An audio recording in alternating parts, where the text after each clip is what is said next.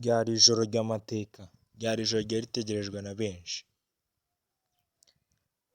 abantu benshi bari bari kwibaza ngo ni iki kizagaragaramo,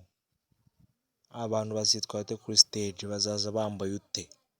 ese koko bazaba baje bahanganye cyangwa bazaba baje bafitanye ubufatanye,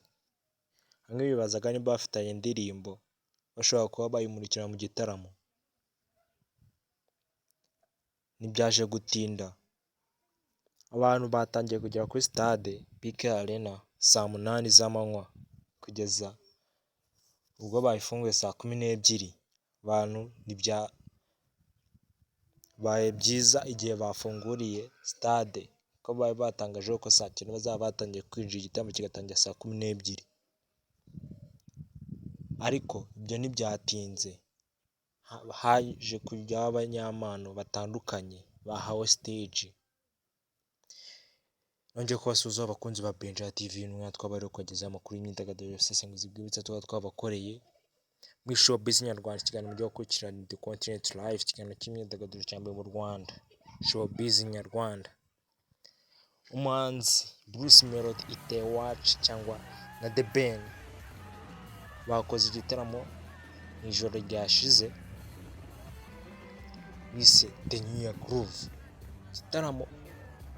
abantu benshi baje biteze kureba ku mpande zombi ibiravamo, uburyo baritwara, uburyo baraza bambaye kuri stage.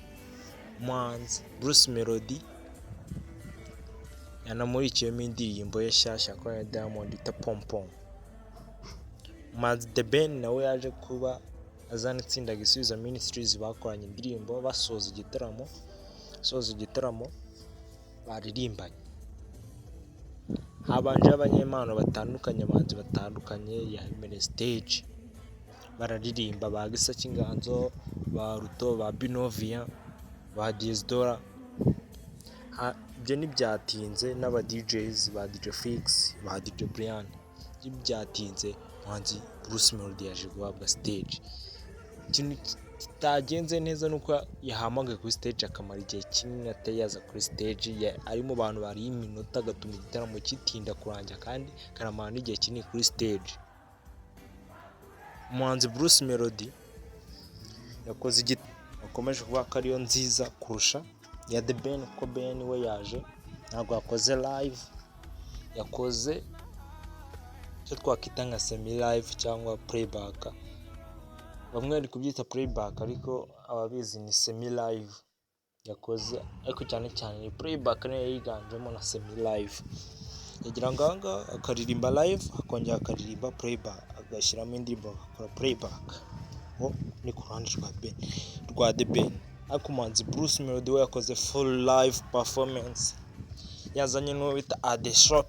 Adesope. Abatamuzi ni umuntu ufite ikiganiro cya podcast akorera mu Bwongereza, niwe umenyekanisha ibirori bitandukanye by'abahanzi bo muri Nigeria, gukora promotion yabyo. Adesope fasha ba Wizkid, ni umuntu munini buriya arutana na ba Bruce Melody mu izina muri ibi bihugu byateye imbere bifite umuziki ukomeye kurusha uwacu. Bruce Melody yaperforminze, agera ngo ajya no guhindura imyenda, aragaruka araperforminga, aririmba indirimbo yasoreje kuri Ogera, yaririmbye mu ijwi rituje, aririmba neza. Yavuyeho asoje guperforminga amurika indirimbo Pom Pom yakoranye na Diamond na Joy Brown wo muri Nigeria. Ben koze performance, yaje yambaye neza nk'umuhanzi nk'abandi banzi ukuntu baba bambaye, yinjiye kuri stage neza, ameze neza, ariko iki nyine stage nako bigezemo hagati, ntabwo aririmbye indirimbo ngo azirangize, niyo stage wabonaga ko itoroganije neza, ariko ndakeka icyabiteye ari ukubera igihe cyari cyagiye bitewe n'igihe igitaramo cyatangiriye. Igitaramo cyatangiye saa 2 hafi saa 3, cyagiye gutangira saa 12. Umuhanzi The Ben yagiye araririmba ku ndirimbo ze zakunzwe, araperforminga, yinjire kuri Indabo Zanjye. indabo zanjye ya performance neza n'abana ba Shell Silver Foundation abo babyinnye ninjiye neza kuri stage nyambaye neza aririmba indirimbo akurikizaho why kurikiza indirimbo yakoranye na Tom Close araza aramufasha aririmba indirimbo zitandukanye aririmba za Foromiana araza aramufasha aririmba Sikosa Kevin Kadaraza aramufasha n'abandi bahanzi yagezeho ngo ikindi kintu cyagaragayemo cyiza nuko yagaragaje yahaye icyubahiro umuntu bita Iva Buravan icyubahiro mu bita Kabaka Jay Paul umwami wa hip hop azana n'abana be kuri stage abashimira bya n'ibintu byaranze igitaramo cya The New Groove ariko umuntu ntiyabura kunenga yuko gifite organization imeze neza nk'icy'ubushize kitari giteguye neza cyatangiriye ku gihe cyatangiye gitinze abantu bahageze saa 8 z'amanywa haje mu gitaramo batazindi saa 8 amasaha 10 ako umuhanzi Mugisha Benjamin yakoze igitaramo araperforminga neza umuhanzi Bruce Melody araperforminga neza arasoza ajya no kuvibinga indirimbo za Ben aho bari kureba Ben ari guperforminga after party zabereye mu nce zitandukanye Ben kintu yaje kejwe n'imodoka zigera muri 30 zinarenga ariko ngo zihagaze miliyoni 800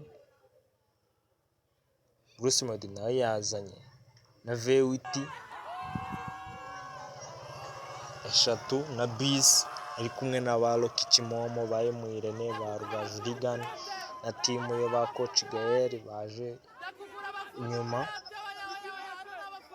ibyamamaye bitandukanye Joshua Baraka yavuye Uganda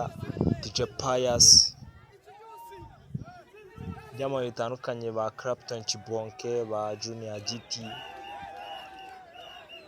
ibyamamaye bitandukanye niko kora subscribe kuri Benja TV kiganiro ku cyane The Content Live kiganiro cy'imyidagaduro cyane mu Rwanda cyumba ndi kubagezaho makuru isesenguzi bw'imito twabagiye koreye byinshi bamutamenya byabire mu gikari Ben bamubajije cyangwa ku bintu byatuma igitaramo kitagenda neza cyangwa gitinda no gutangira banga ati ngo ntago ari bubivugaho kuko aririnda kuvuga ku bintu bijyanye na team amufashe gutegura byagiye biranga igitaramo nyuma press conference yahuye n'abafana bamwe bari bavuye n'ubwo by'abaturanyi bamusuhuje Rema na Makura baririmbanye indirimbo bakoranye bavuye Uganda ibyo ni ibintu byagiye biranga igitaramo cya The New Groove cyaraye kibaye kishije cyo ku ya mbere gitangira umwaka wa 2026 dushimira abanyarwanda bakomeje kugenda basapotinga umuziki nyarwanda gitabire bwari bwinshi nubwo tagenze neza protocol cyangwa timu yateguye cya gitaramo tatangiriye igihe cyatangiye bitinze bisoza bitinze bimwe bituma performance zindi zitagenda neza ko byari byiza ku bana b'abanyarwanda kuri industry nyarwanda twungutse ubufatanye kuba twabona ibyamamare binini mu gihugu bikora kuri stage imwe byari byiza cyane kongeye kubashimira mwemwe mukurikira ikiganiro The Content Live cyane cyane mu Rwanda kuri Benja TV. Ciao kiganiro cyacu nakagaruka.